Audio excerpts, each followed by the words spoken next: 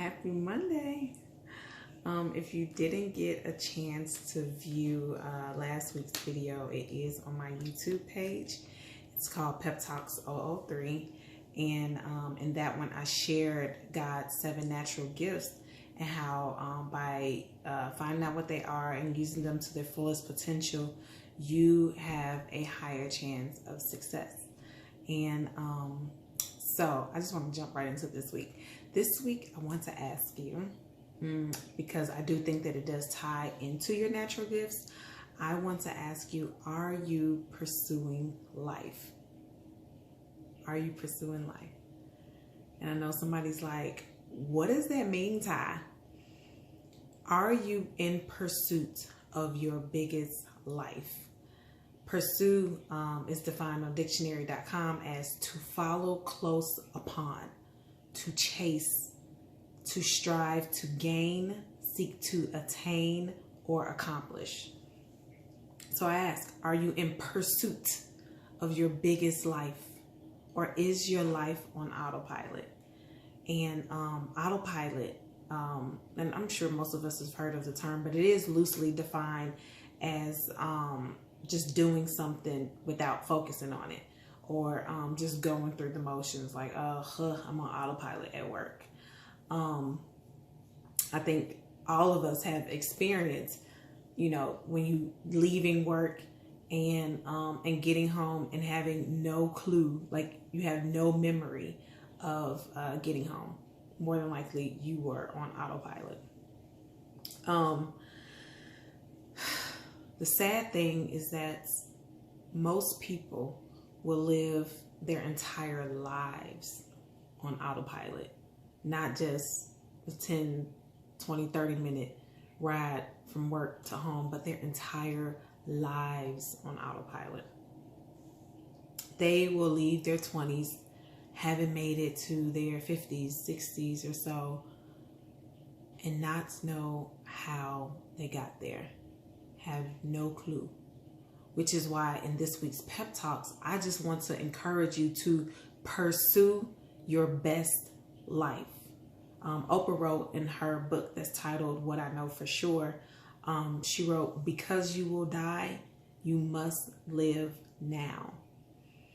And I took that to mean that it is inevitable that you will die. We all die. But it's up to you whether or not that will happen while you are living.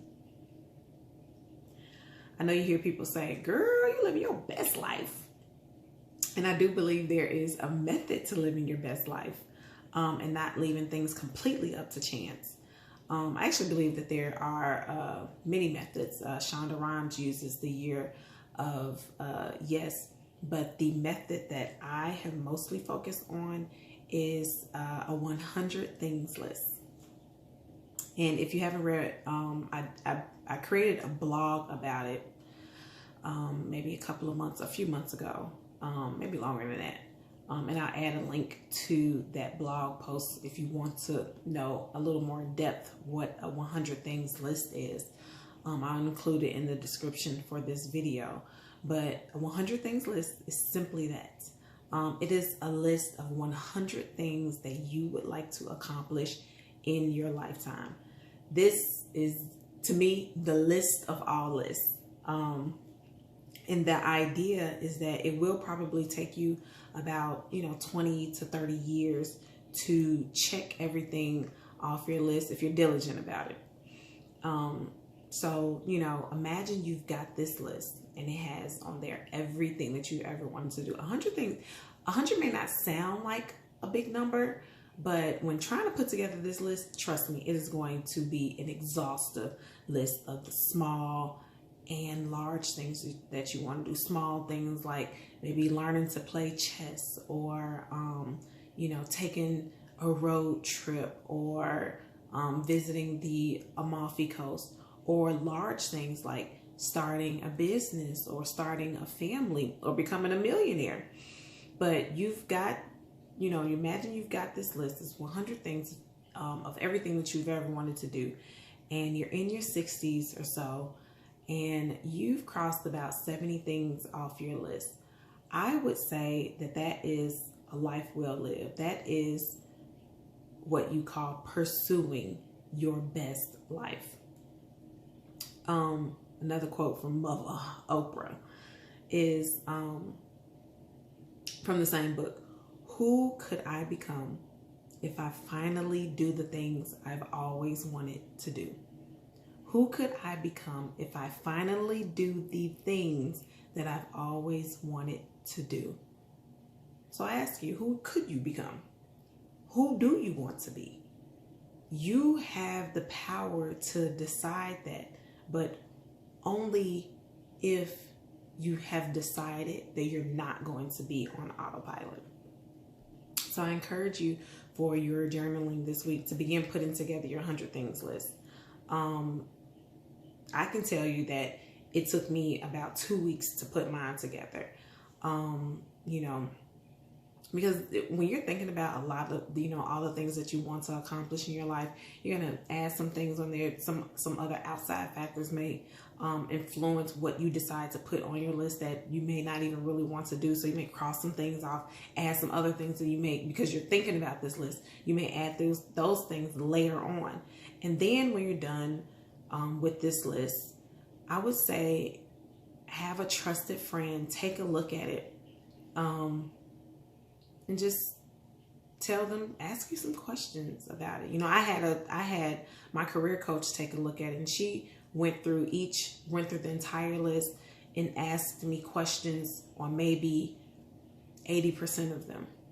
And that really helped me to hone that list down. So, find that trusted friend. If you don't have a trusted friend, email it to me and I'll take a look at it and I'll ask you some questions. But it is imperative that you put together some method to pursue your best life.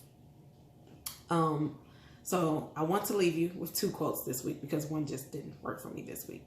The first is by Derek Walcott, and it says, "Sit, feast on your life."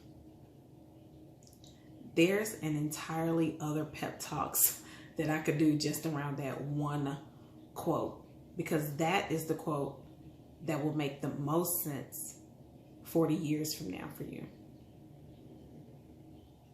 The other quote I like to leave you with is from one of Shonda Rhimes' characters from her hit show, Grey's Anatomy. I didn't watch the show, but my cousin did and loved it. It is, the quote is by Christina Yang. And it says, "If you want crappy things to stop happening to you, then stop accepting crap and demand something more."